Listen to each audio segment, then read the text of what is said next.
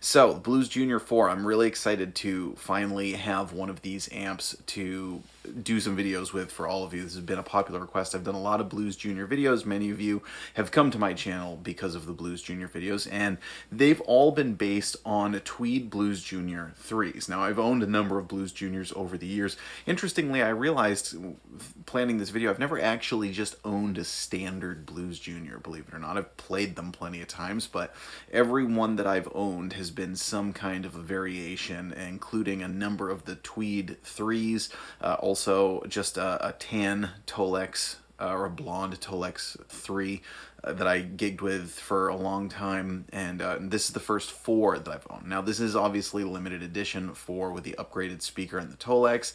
You see a lot of different ones. In fact, this is not even the only Sweetwater FSR Fender Special Run Blues Jr. amp that's out there right now. They also have a Tweed one. There's a number of other ones, and there's also not a Sweetwater exclusive, but there's a sky blue one that I'd actually love to get my hands on because it's a beautiful little amp. Anyway, this one has the Eminence C-Rex speaker. I'm saying C-Rex because I actually did a speaker shootout for Eminence once, and my video got flagged for saying what the C stands for, which nowadays, like, of all the things that are getting censored nowadays and how that's all changed, it amazes me that that was something that you couldn't say. Because it's just such an old world, you know, that's drug paraphernalia, you can't say that on the YouTube. Anyway, the notable difference would be that this one has the Eminence C-Rex speaker. Now, having some experience with that speaker, the one that I'd played before was a 10-inch version, it does really particularly smooth out the top end and has a nice warm kind of sound to it. So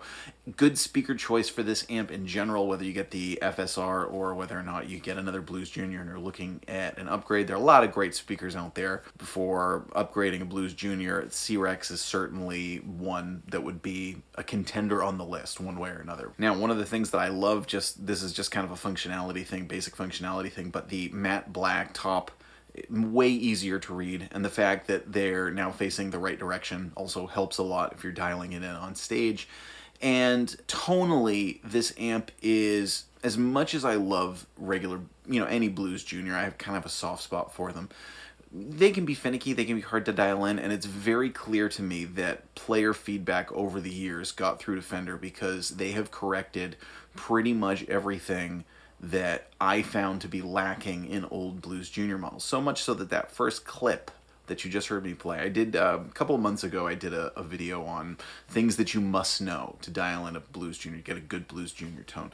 And with this amp, I'm able to break all the rules that I previously set. Now, in some ways, for instance, one of the things that I mentioned was don't use the fat switch, right? Because the fat switch on old Blues Juniors can really make it sound harsh and edgy. That first clip, I had the fat switch on, and I wanted to do this purposefully. I wanted to start with the fat switch on, and the other tip that I had mentioned was the reverb. Keep the reverb low because it was too bright and splashy.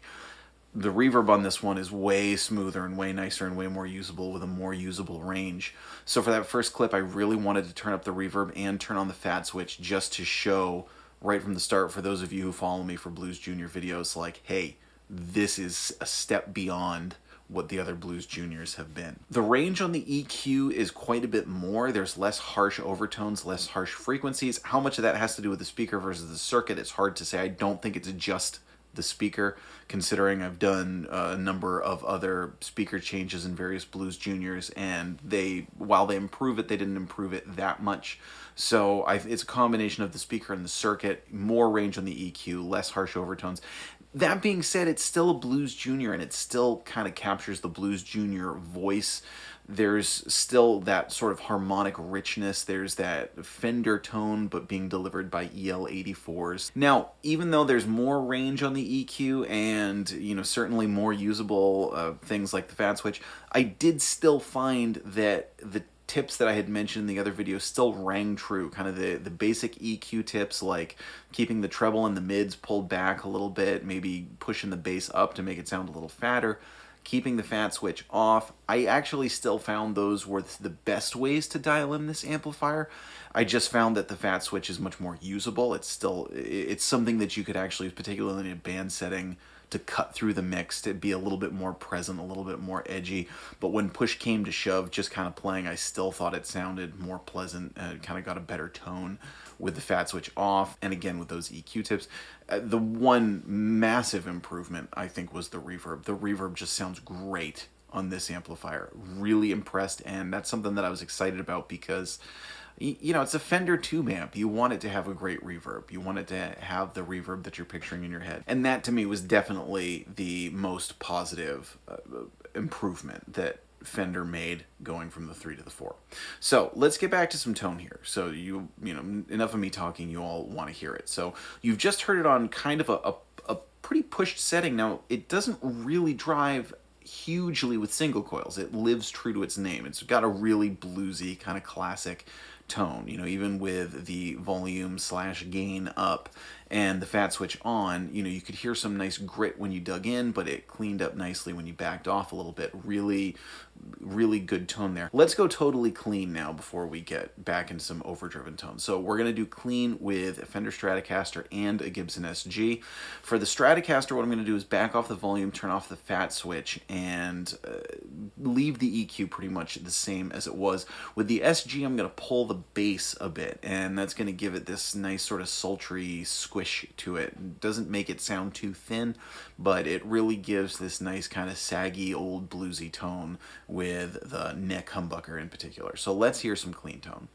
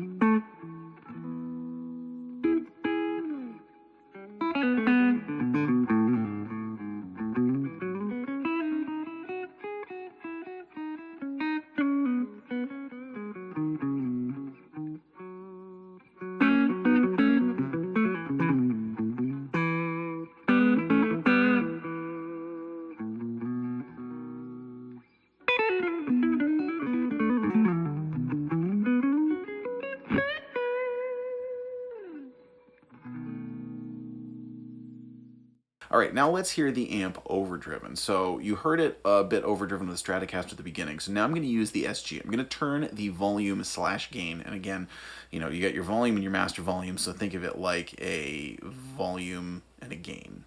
So the master volume would be volume, volume would be gain. I'm still not a fan of turning the master all the way up and then using the volume as a regular volume because it raises the noise floor, and it's not my, it's a way worth mentioning because a lot of players love to do that with this amp. It's just not my favorite, so I'm not doing that, but FYI, that's something that a lot of people like to do. I hear that from a lot of players who like to do that with this amp.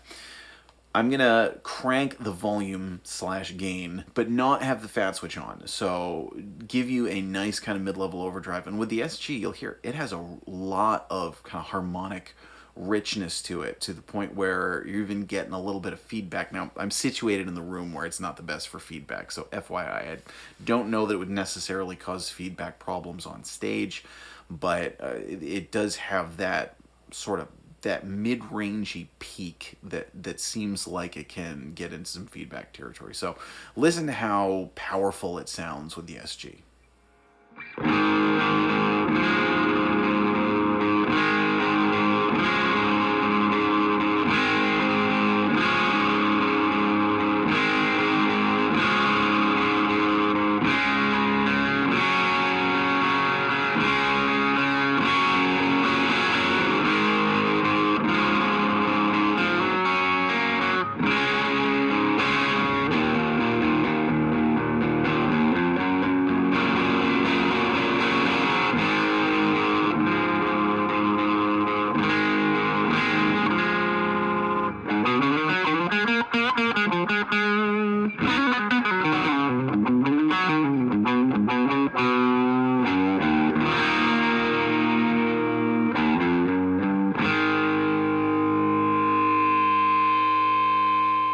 All right, now we're going to use both guitars and we're going to boost it with an overdrive pedal. And for an overdrive pedal today, I'm using a Shnobel Tone Daily Driver. This is a really great kind of all-purpose overdrive. It sounds great. I've used it in a number of reviews, including a straight-up review of it if you want to check that out. With the Stratocaster, I'm going to have it similar to that opening segment with the fat switch on. With the SG, I am going to have the fat switch back off. So check out how it takes an overdrive pedal.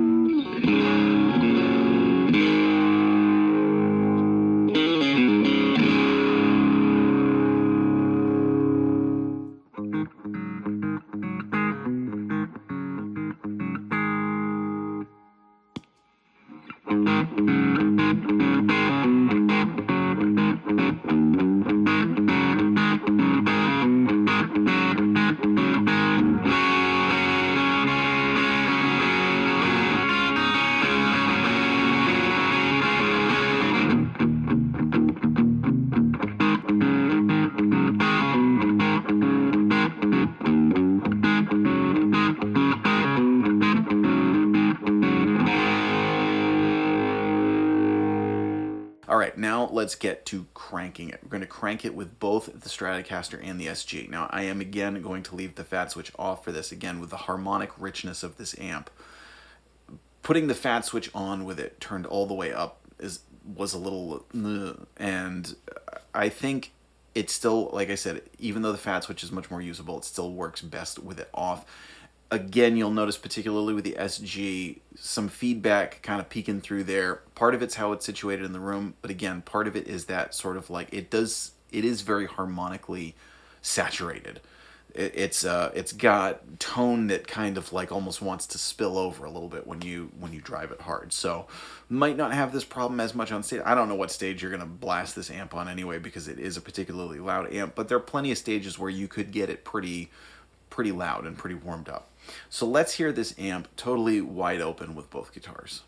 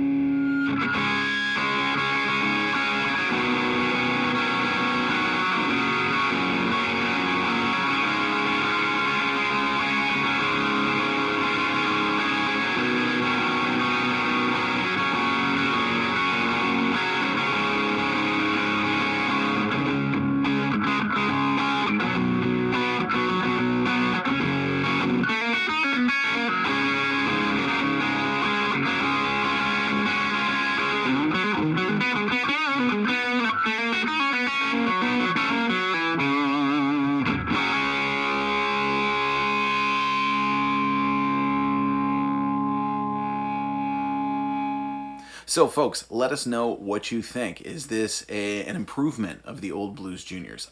I think it is, absolutely 100%. I have no doubt about it. And this is easily the best Blues Junior that I've played. It's probably the first one that I've played where I'm not immediately going like, ooh, I want to change that.